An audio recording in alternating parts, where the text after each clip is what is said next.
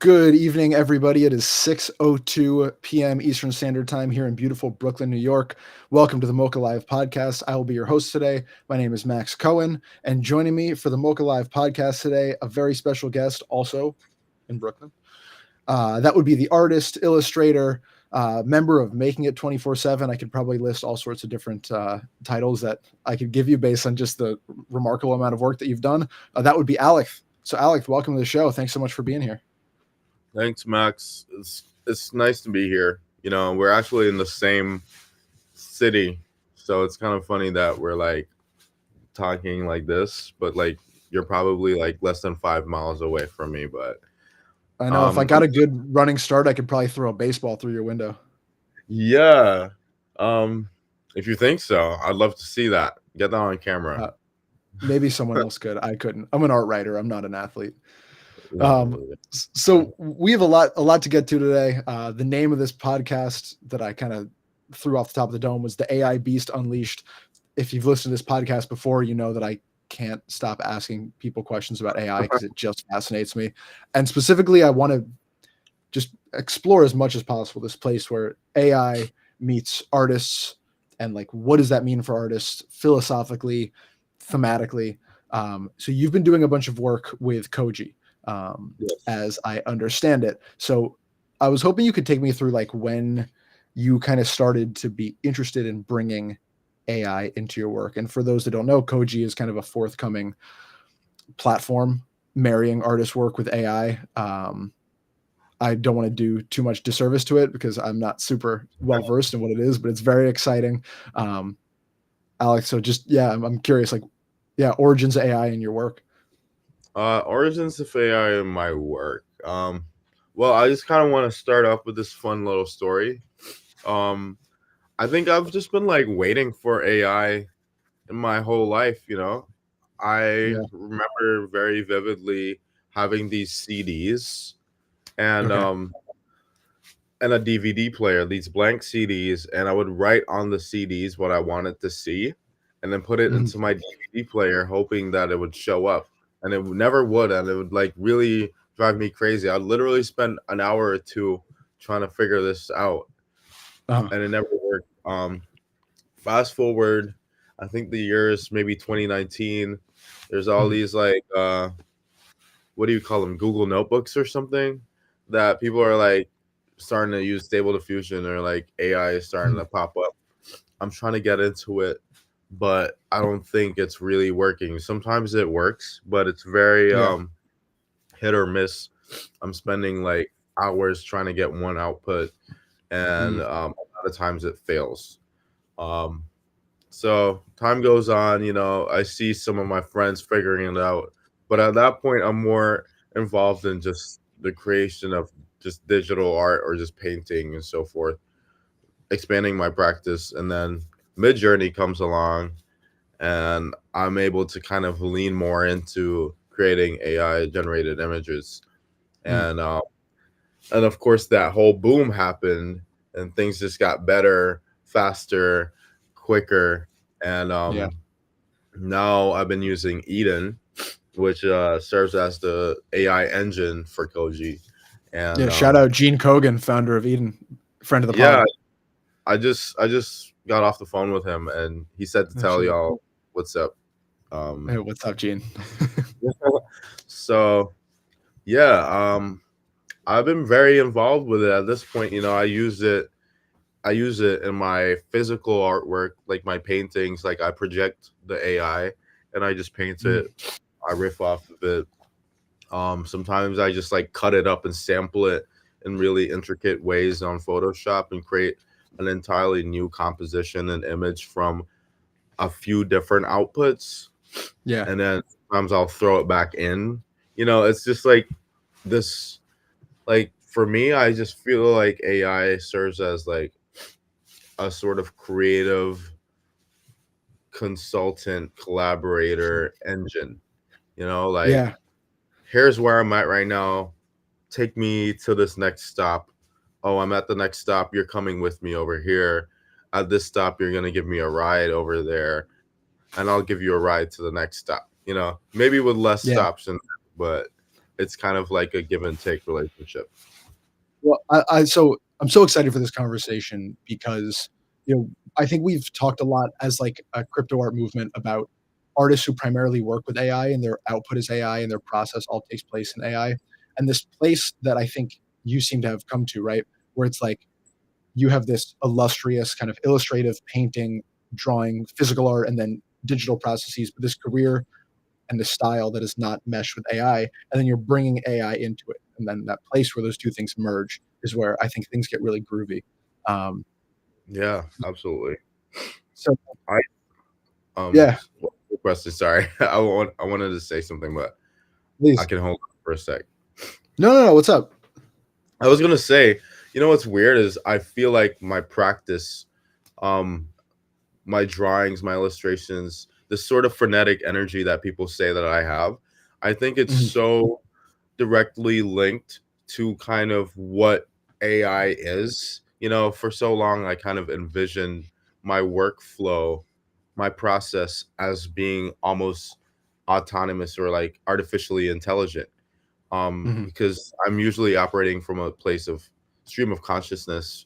You know, I'm really into Carl Jung, and mhm. I feel like symbols and kind of just this element of doing these things unconsciously, but it being kind of reflective of sort of something that you're pulled in by, or like whatever whatever natural forces led you up to that point.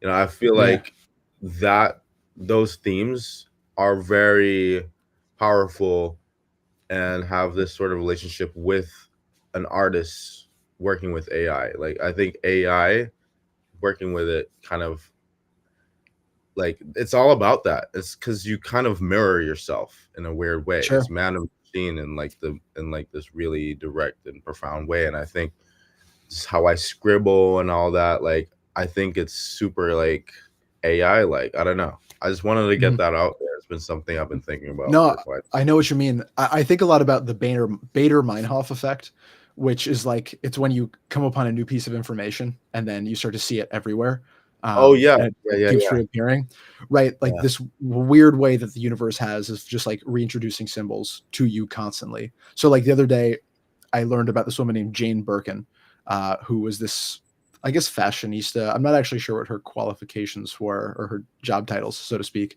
but She was Hermes, they're like, an yeah, actor. I think she was an she was an actor. actor. Yeah, Anyways, yeah, she, I guess, was friendly with the chief designer of Hermes, the Parisian fashion brand, who started to make these bags for her. They're called Birkin bags, or like these big, like practical bags. And I had just learned about what these were and that they're super hard to get. You know, Hermes saves them for like preferred clients, whatever. They retail for like $250,000. And then I was in Paris a couple of days ago. I was walking through the cemetery, the Montparnasse Cemetery, and I came upon this grave that was really ornately decorated. This person named Sergio Gainsbourg, who I'd never heard of, was a French musician who it yeah. turned out had dated Jane Birkin for like 17 years. And I was just walking through the cemetery and just come upon this guy, and I'm like, oh, who's this? That Jane Birkin reappears. So I think Yeah. that it's so interesting to bring that up with AI because it's almost like completely hyper speeding that process, right? It's going to keep introducing symbols and, you know, just random bits of iconography from its own memory, and it might just bring them up to you over and over again. It's like hyper speeding or like somewhat hacking that process. You know what I mean? Yeah, absolutely. Um, and the funny thing is, like, whatever we create as a species or just as beings, it ultimately constitutes our essence. And Mm, inevitably, we're kind of snowballing or like accelerating the momentum in which we have this dialogue with ourselves and the ways in which we interface with our technology. They're so the feedback loop is immediate. yeah, So it's we're running with our mirrors holding hands. Um yeah. Something like So that. it's so this draws me into like a big topic of conversation that I wanted to get to, which is like the power of like individually creating data sets. So our friend Bard Janssen, I'm sorry. Bard, what's up? Thanks for being here. He asked, where do I find this Koji tool? Koji hasn't been released yet, as far as I No. know. I know there's a big presentation on it at NFT Paris this week, so I believe more information should be coming. But, and correct me if I'm wrong, Alex, but the idea of Koji is that you have artists who are creating these individual data sets and then able to port those data sets outwards so that people can basically use these like very fine-tuned data sets of an artist's work to create things in their style. Do I have kind of the gist Yeah, right? yeah, that's pretty well done. Along with the data sets, there's these uniquely curated parameters and Mm-hmm. workflows that the artist is creating to provide the user a certain experience of collaboration. So whatever that person makes with Koji, with that artist's model, it will kind of be indicative of that theme that the artist Mm-hmm. wanted to propose to whoever is like experiencing or using the model. And So yeah. yeah, I'm working on mine still. Um, I'm pretty excited about it. I'm starting to realize more about the different aspects and dimensions and capabilities of the technology concerning stable diffusion. And I will say that it's limitless, really, what can be done. Mm-hmm. But also, I think there's certain layers that could be added um, to really kind of push things forward.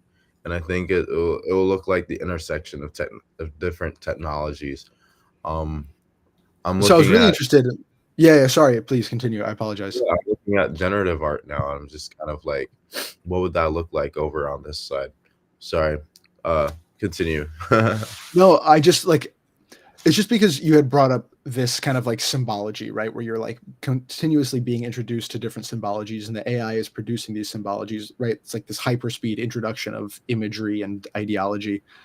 And the thing that so interests me about individually data setting is just that there's an alternative to kind of this mass market do everything AIs that are going to be taking in all information, right? Like your mid journeys and your dollies, right? Where you have no control over what's being put in or what's coming out because there's so much influence, and being able to control that influence as a layperson, especially someone like me who has no coding ability, like that's Yeah. really exciting for me, right? To be able to fine tune exactly what is in this model so I can then have some kind of a predictable way of discerning what's coming out, and be like also being able to wrangle some of those images and the symbology in a way that maybe is repeatable or maybe allows me to like evolve on a theme as opposed to just being at the mercy of way more information than I'm capable of understanding. So you know Yeah. in lieu of using like these enormous unspecific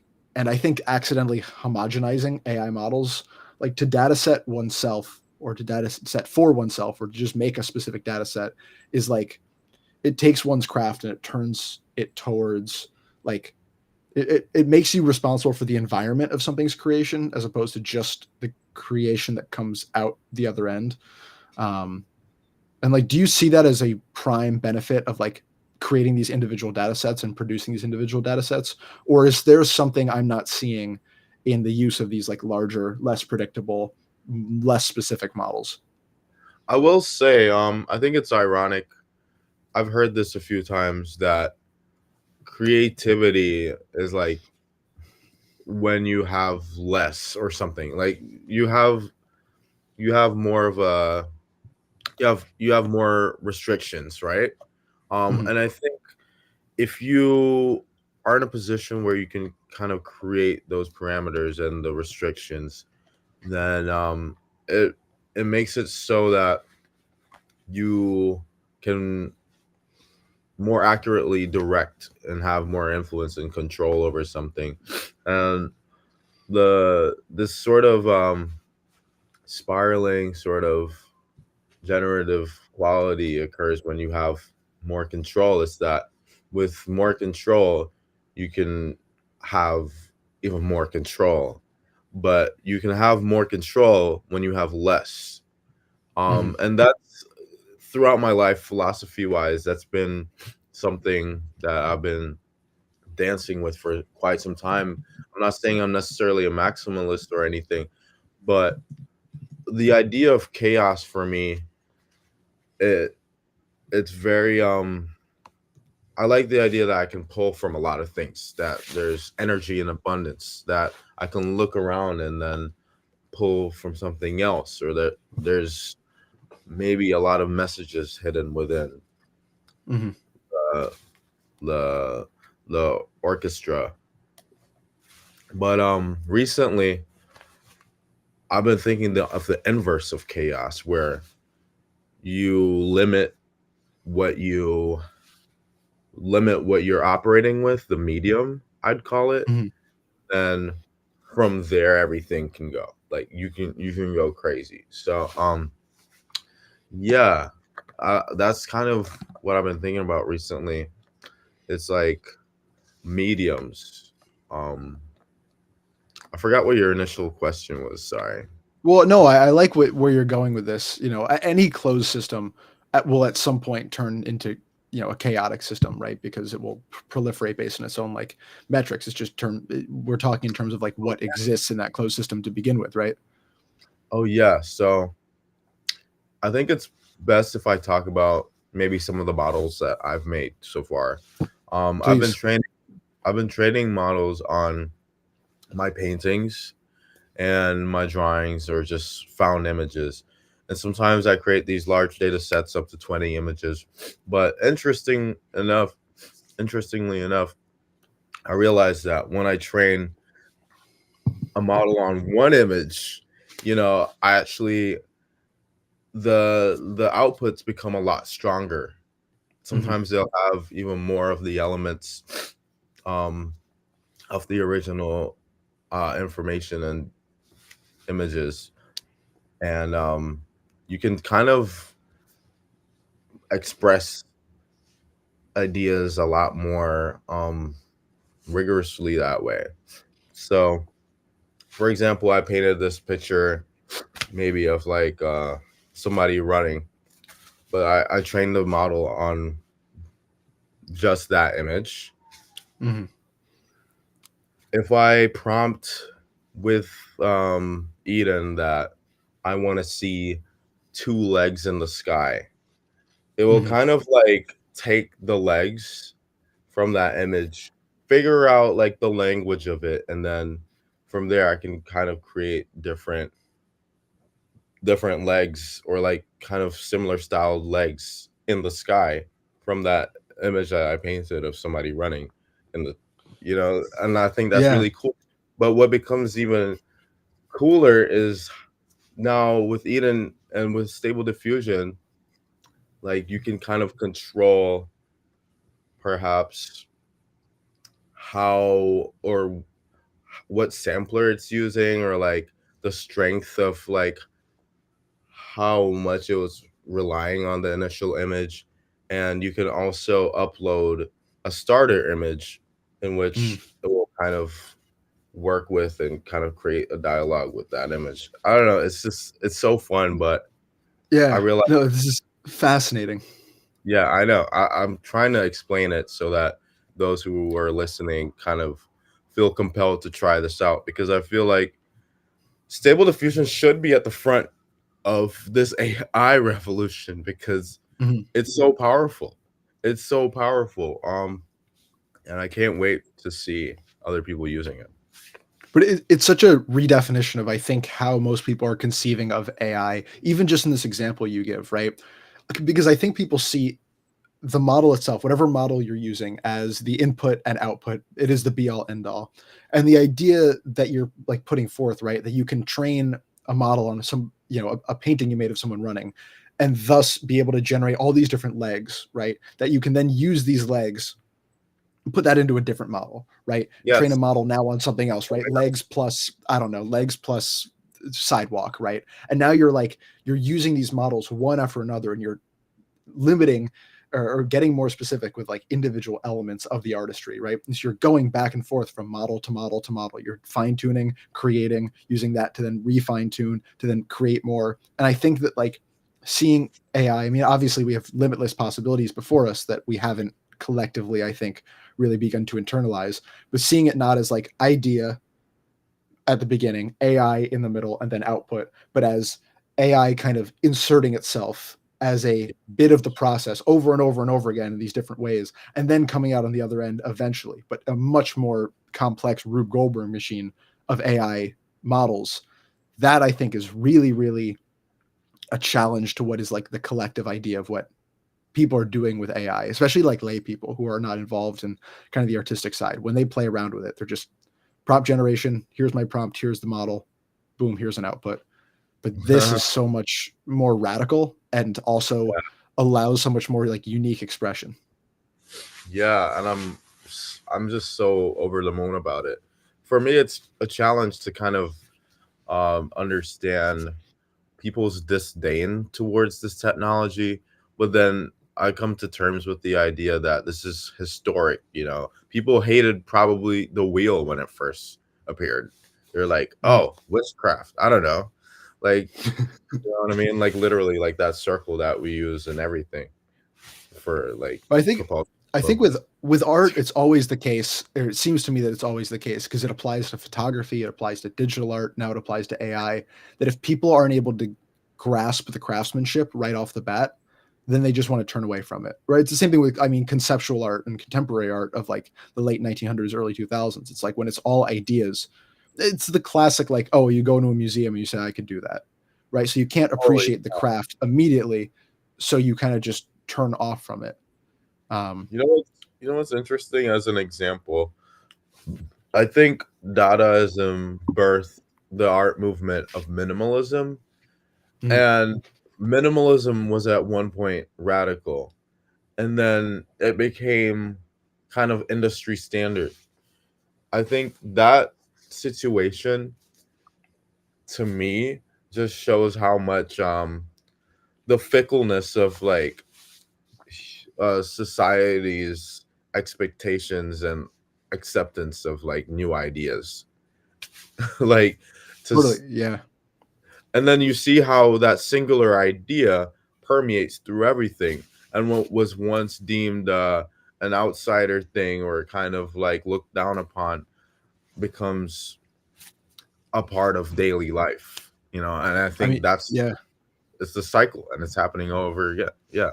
We can go even further back in art history. You know, if you, I think I bring this example up too often, but you know, in like Europe in the mid 1800s, the idea of ideal craftsmanship of artistry was to adhere as close as possible to this like classical idea, right? You want people that are as realistic looking as possible, forms that Yeah. are as like it's all about like idealism. Idealism is form of idealism of environment, because the closer you could get to that, you can gauge skill via Yeah. like one's ability to match that like that sublime.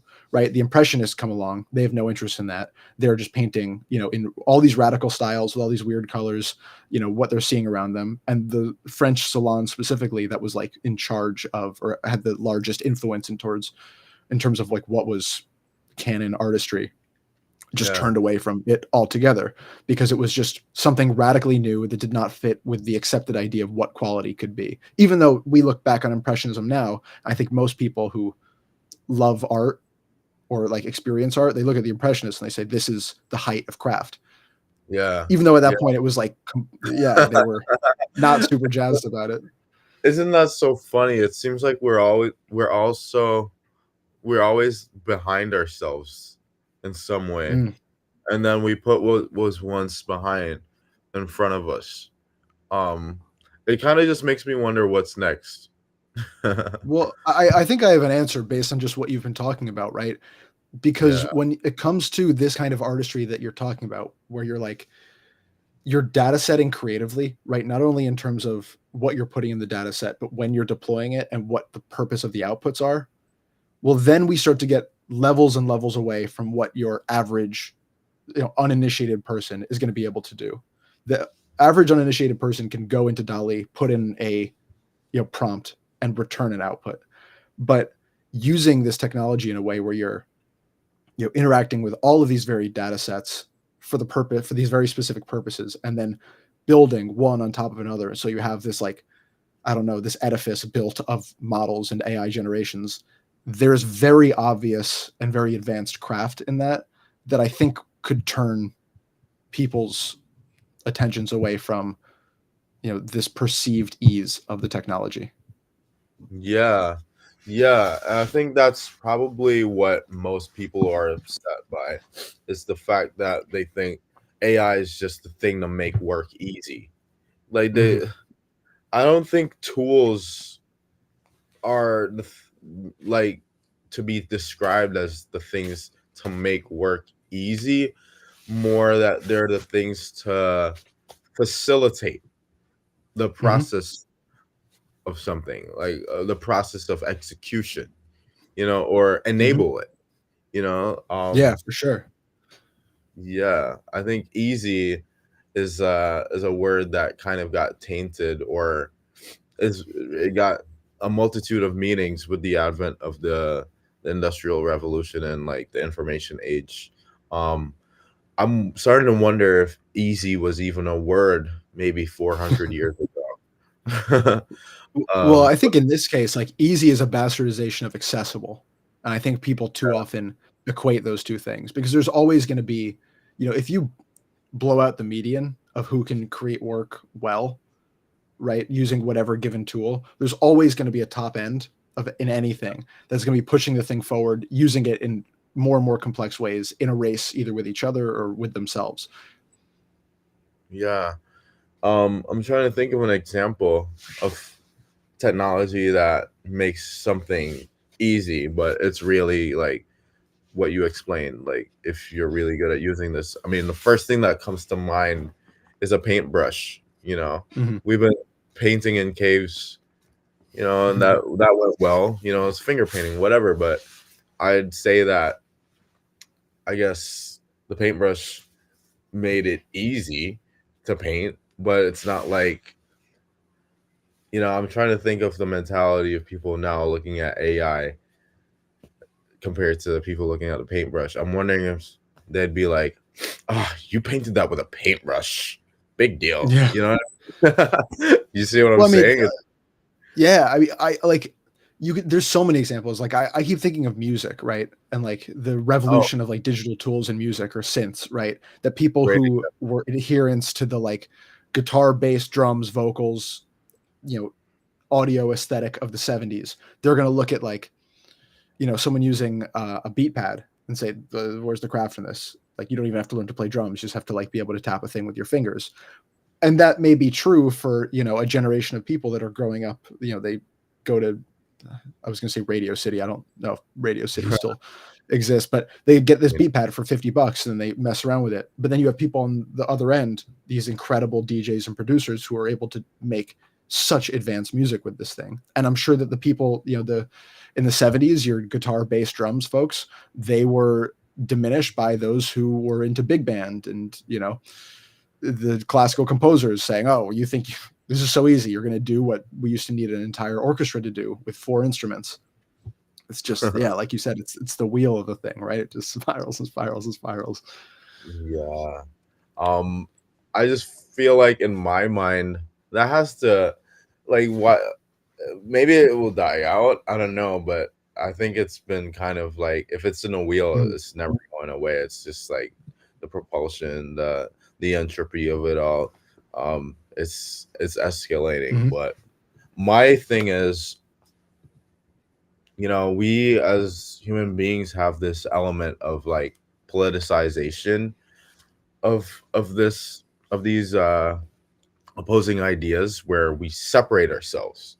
I'm thinking, I was talking to my friend the other day, and he said that eventually there's going to be a complete distinction between the people who are like involved in this new technology and the people that just don't want any part of it. And then the people that Mm-hmm. don't want any part of it will be essentially castaways. And the people that are involved will be enjoying the fruits of it all. And there's a part of me that does believe that. And while I see myself on the side that I'd be embracing these new technologies, I I can't fully say that I'm looking forward to leaving everybody else behind. So you know, is it gonna be like the technocrats versus the app the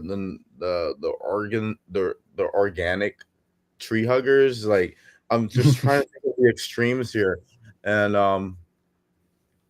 ironically, I think we're all on this planet, which is a mixture of both, and we can't really like skim off the top, really. Um, but we do that to ourselves. You Mhm. know, we do that all the time.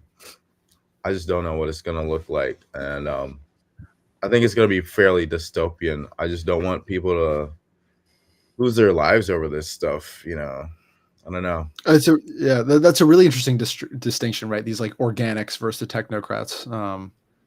I don't think that I tend to be less on the extreme side of these things. I think that like those who are involved in the fruits of AI will also be involved in the curses of it, and those who turn away, of course, will be unable to access either. I think it'll be far more people in the middle who are trepidatious, the slow adopters. I think the scarier the technology gets, the harder it is on the uptake. But you know, I do think, however, there are some like risks for artists, especially artists in your position who are like working with creating data sets that are then going to be, in theory, ported out to be collaborated with by others. I'm curious from your perspective, like, do you feel any kind of like fear or trepidation over like putting your style, your soul into a data set that may be able to make or should be able to make works that appear aesthetically quite similar and then can be used by anyone? Like, how could somebody at first glance differentiate between something created using your data set and something created by you personally? You know what? This might come as a surprise, but I'm actually one of those few people that welcome that idea. You know, I'm Mm, actually really into that. I think it's beautiful in a lot of ways because it would show the extension and the impact, the influence of this idea this idea that I had um takes on a life of its own. And I think mhm, that's an important part for me in the creative process.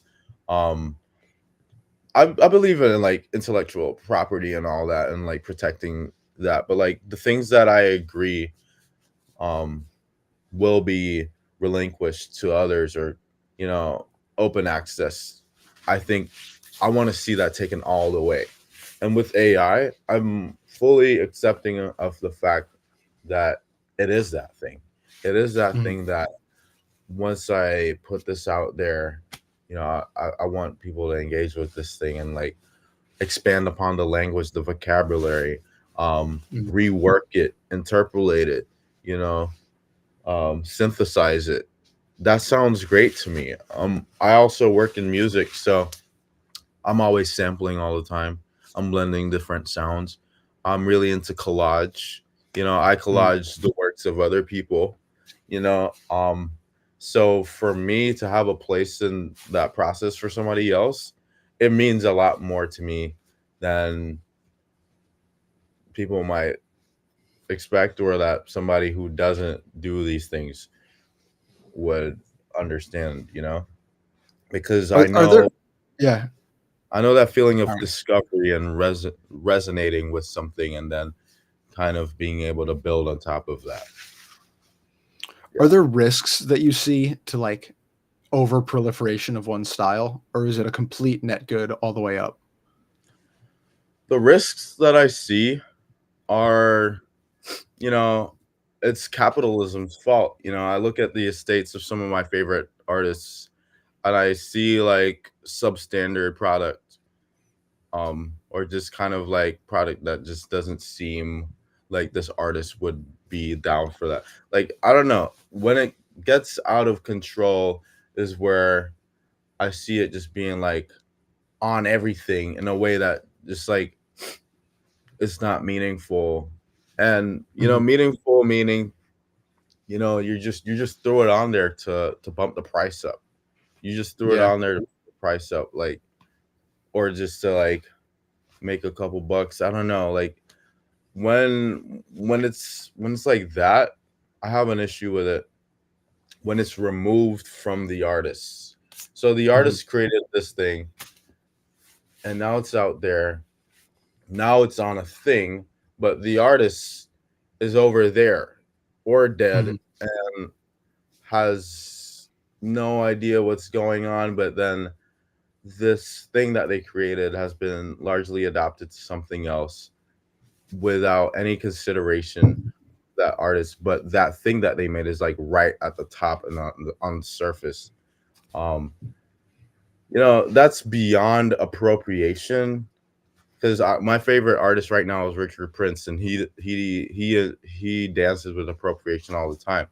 It's kind of just more disrespectful that you would kind Mhm. of just do it because for the reasons that I mentioned before. It just like I like things with layers, even if they're flat. You know what I mean? Mhm. Well, it's like the Warhol's idea of like the worst fate for an artist is being reduced to iconography.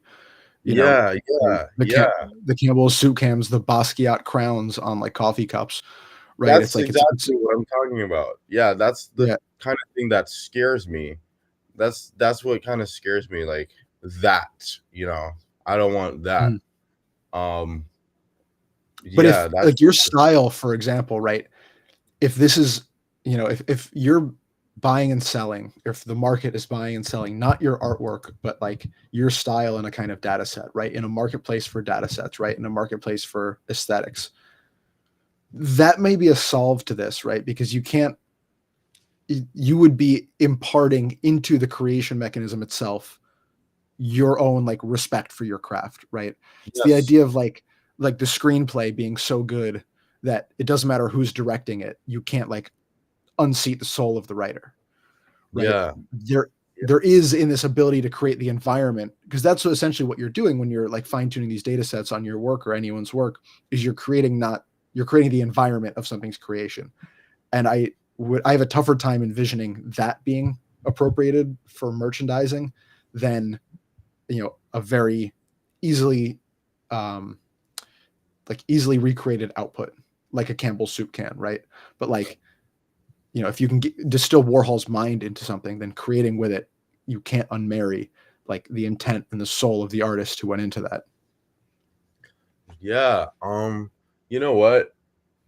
It to me echoes the idea of a new art form being born, and we're Mm, calling it AI art right now, but in a few years, I think we're gonna look at it as sort of this internetization of an environment that's mhm. dynamic, collaborative, and Yeah.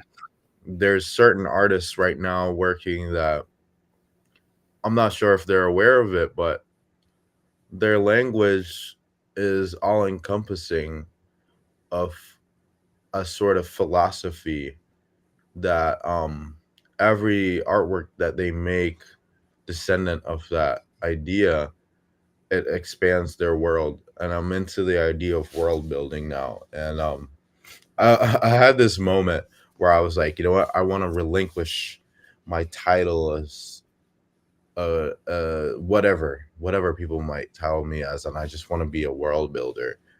Mm, But then I realized there's so much pride and honor in just being able to call myself an artist.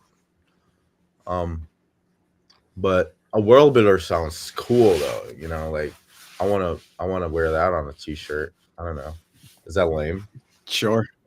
No, not at all. I mean, listen, I write like narratives. That's my like passion. So, as somebody I'm very interested in world building, right? And I think like the best worlds that have been built, right? Whether we're talking the Tolkien's, the Frank Herbert's, the J.K. Rowling's, right? They create these worlds, and then other people get to play around in them. Like I love fan fiction. I don't love reading it, but I love it as like an idea, right? That you create a world that's so rich that others can then come into it and begin to like tell little stories from inside of it using like parameters that you created. And essentially that's what you're doing, right? When you're creating a data set, you're like creating the parameters, you're creating a map of this world, rules for how this society functions. And then people are going in and they're playing with it and they're telling little stories from inside of it.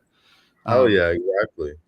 This role of contingency, the idea of an epilogue, like what mm, happens after the book's done. I Yeah. think that's something we naturally do once the book's closed. Like, what happens next?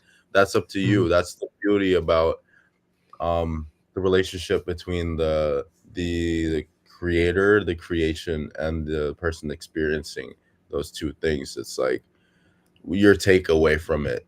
Yeah, you're seeing everything differently, but you kind of you kind of adopt this thing like a little baby or like a mouse that you found on the street, and then you're going to the grocery store. Maybe you don't know it's like in your bag, or maybe you're holding it in your hand and you're going through all the cheeses and you're gonna go back home. I don't know.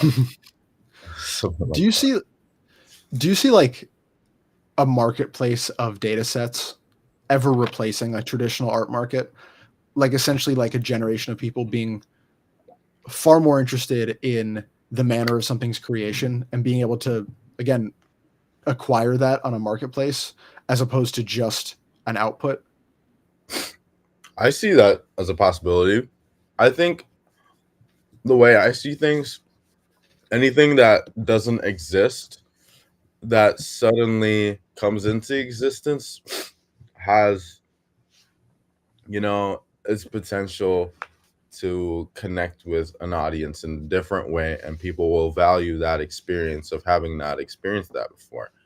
um Mhm. Whether or not it's done correctly, that's who knows. But if it's when it's done right, I think things like that tend to start new discussions and ways of thinking, which I think personally is priceless. Um, there's of course probably cons about a situation like that, but I think maybe anybody entering into that early on is kind of aware of those cons, but is more excited to kind of be a part of something new. And I think Mm. we're all looking forward to that.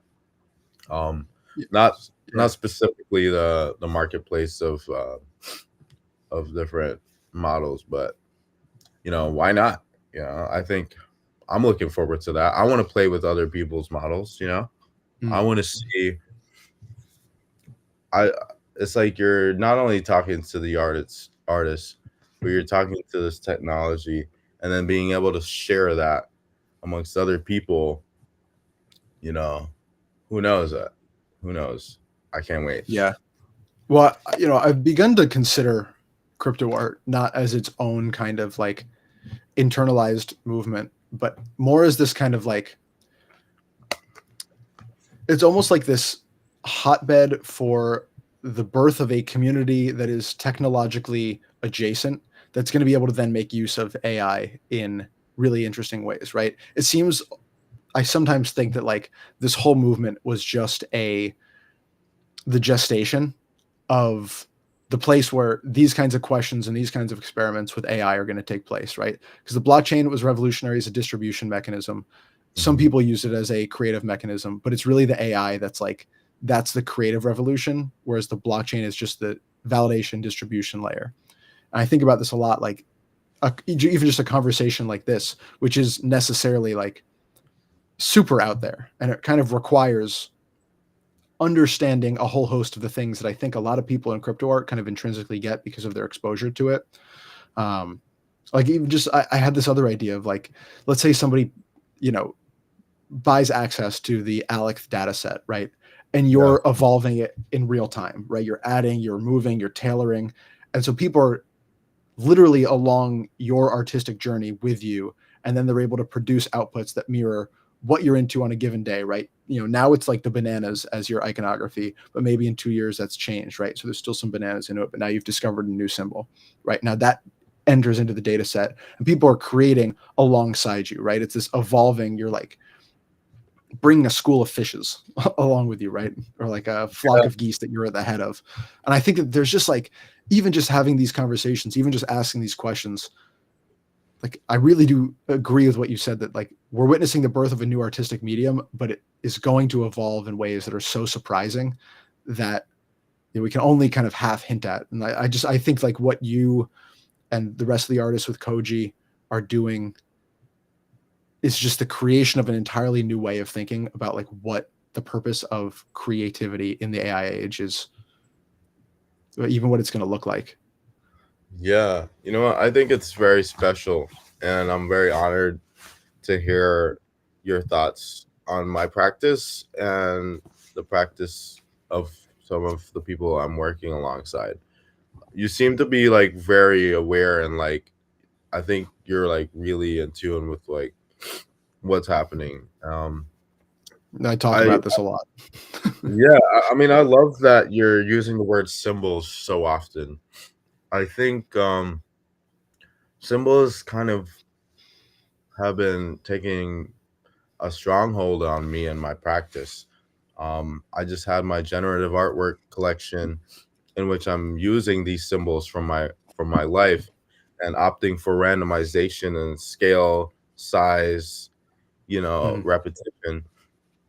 Now I'm stepping into AI using the same symbols from that collection and kind of world building with them, and also using them in my physical practice. It's I think we all have symbols that constitute our identity. And Yeah, I mean, sometimes like the birth of like crypto art, the early crypto art, right? You know, the crypto symbols, right? The Ethereum symbol, the Bitcoin symbol. I mean, this launched the careers, at least in crypto art, of like Josie Bellini with the Bitcoin gas mask, and like a lot of money would use these symbols all the time. O'Hara would use these symbols all the time. Trevor Jones, the Bitcoin angel, right? Like it was very important. You know, Matt Cain's right place, right time was it followed Bitcoin symbology, or I'm not sorry, yeah, I'm sorry, it followed like Bitcoin price action, but using that symbol. It was uh, everywhere. You know, when Robness got kicked off Super Rare for the first time, it was for like basically just taking the Bitcoin and Ethereum symbols and just minting them on the blockchain. But like that symbology, even though I think we've lost it, a lot of the OG crypto artists will, you know, plant their flag behind like this was a movement. Crypto art was originally rooted in these physical symbols that had meaning to the community at the time. So I think symbology is like at least at the beating heart of crypto art, if not like, was the place from which it all sprung. and I understand that, and I love that, and I wanted to continue that discussion, but then I found myself kind of wondering what my symbols are, Mm-hmm. because the thing with symbols is like a lot of times they'll be right next to each other. Um, but right next to each other could be outside and inside. Mm-hmm. Um, so I'd be feeling like there's that symbol that I identify with because it's a part of my environment, but I have this symbol inside of myself that's there because I grew up with that one, or I Mm-hmm. have personal meaning. But when you put them together, there's this sort of association that to me becomes an identity and to others becomes an image. And I'm really into Interesting. like I'm into exploring this, um and it's really taken control of like my whole practice and my life at this point. I painted my car with these symbols. um I kind of feel like the Riddler or something, but i I see it as like like we've been here before. We've been Mm-hmm. here before. Like I don't want to sound like a broken record, but in that cave, I'm sure there was just symbols just all over the place, like from and even biblically, the words, these certain themes reoccurring and then seeing their place in pop culture, you know. I look at Marcel Duchamp and Andy Warhol as like some of my inspirations as far as like creating imagery and symbolism, or Mm-hmm. maybe extracting it from the ether. The ether, isn't Yeah, that there so you fun? go. Yeah. I feel like maybe we're in the symbolic generation or something. Like I'm not sure if that rings true for anybody else, but um I feel it, I I mean, taste it. I have this visual of like percolating bubbles of likes and thumbs ups and emojis kind of just being the DNA of everything around us. Bro, the irony of having this conversation, for those of you who are listening to this and not seeing it, but like you've had a check mark behind your head this entire time, Yes. right? Talk about a symbol that has taken on a life within like a community, right? And it is now way more than just a symbol in like a blue cloud. It is a marker of so many other things. It is a marker of acceptance. It's a marker of influence, right? Like you've just been having this conversation with the emblem of that behind your head this whole time. Yeah. For me, I think it's a marker of authenticity. Like, oh yeah, that's Mm, the right one, or that's where it came from, or kind of being able to, it's verified, but to kind of directly link the lineage of something. And I think this symbol will take on a few different meanings over the course of the next decade. Um, but for me, and I'm working with my team on this, it's definitely something as a tool to ensure that something is what it is, or mm. I don't want to give too much away. I'm trying to like Gotcha. not give Well, it away.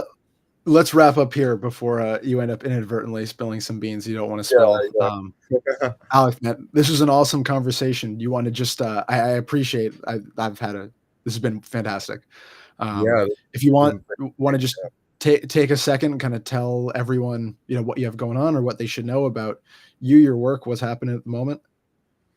yeah, well, um right now, I'm just thinking like, I'm really just into symbols right now, and I actually have the opportunity to talk about my love for the verification badge in Los Angeles, um, on February 27th through March 3rd, and yeah, it'll be cool if you're there. You just hit me up. Maybe you could come through, but I'm leaning into just exploring these symbols in my generative art collection, and through AI as well, and throughout my different practices. I had the banana. Now Mm, I'm at the verification badge. I don't know where I'll end up next, but the banana for me was the psychedelic pop symbol that mm, invited the consumer to experience an entirely different perspective for the duration of its ingestion. Um, Also, kind of referencing pop culture and music, and this idea of like immediate gratification. When I think of bananas, I think of like, oh, I'm so happy, like I'm just eating a bunch of them. Um, Now the verification badge, shout out to Jack Butcher. I think we have a similar perspective on it, but different. Whereas some people are more concerned about the verification badge and identity, I'm thinking of verification badge and lineage. Where is this mm, coming from?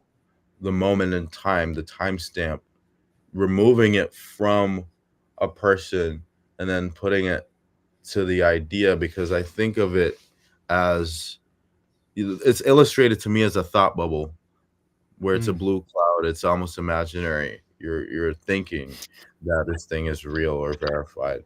Um, so yeah, that's where I'm at right now, and I haven't been painting or drawing as much recently. I've been really heavily leaning into conceptual art and just sort of internet performance and AI. So stick with me. I feel like I'm just going through this evolution right now, and it's very exciting. Well, listen, man, I'm a big fan of your work. Everyone should check out Alec. That's at Alec TH, I guess at ALEQTH. Yeah. You should check out his work if you don't know him. He's brilliant and his art is fantastic. And so are your ideas, and I appreciate you sharing them with us today. Um, Thank you so much, it, Max. You're dope. Honestly. yeah, I appreciate it. If Yeah. you enjoyed listening to the conversation today, please consider giving us a follow or a subscribe on Spotify or Apple, wherever you get these podcasts, so you know when they come up. You're probably listening to this on a Friday or maybe soon thereafter. We got new podcasts coming every Tuesday and Friday, so please stay tuned. Please give our Substack a follow at museumofcrypto.substack.com. Please give Alec your attention. It's more than deserved. Would you say February 27th to March 3rd in Los Angeles? Yes. More details to come. I want to give you guys kind of like a radio shout out. Maybe you could use this. Mocha, woo! Was that Yeah, that's awkward? going in the. Nah, I'm gonna Okay. put it in the cold open. The podcast is gonna start and end with that. I could have done a little better. It worked out better in my head, but maybe we could do it again some other time privately. Just like All right, I'll sounds send. good, man. Okay, Yeah, we'll use it. send me some samples. We'll get them on the audio track. Yeah, maybe some Alec, audio. thanks so much for being here. Thank you, Peace. everyone, for listening. And yeah, we'll see everyone real soon.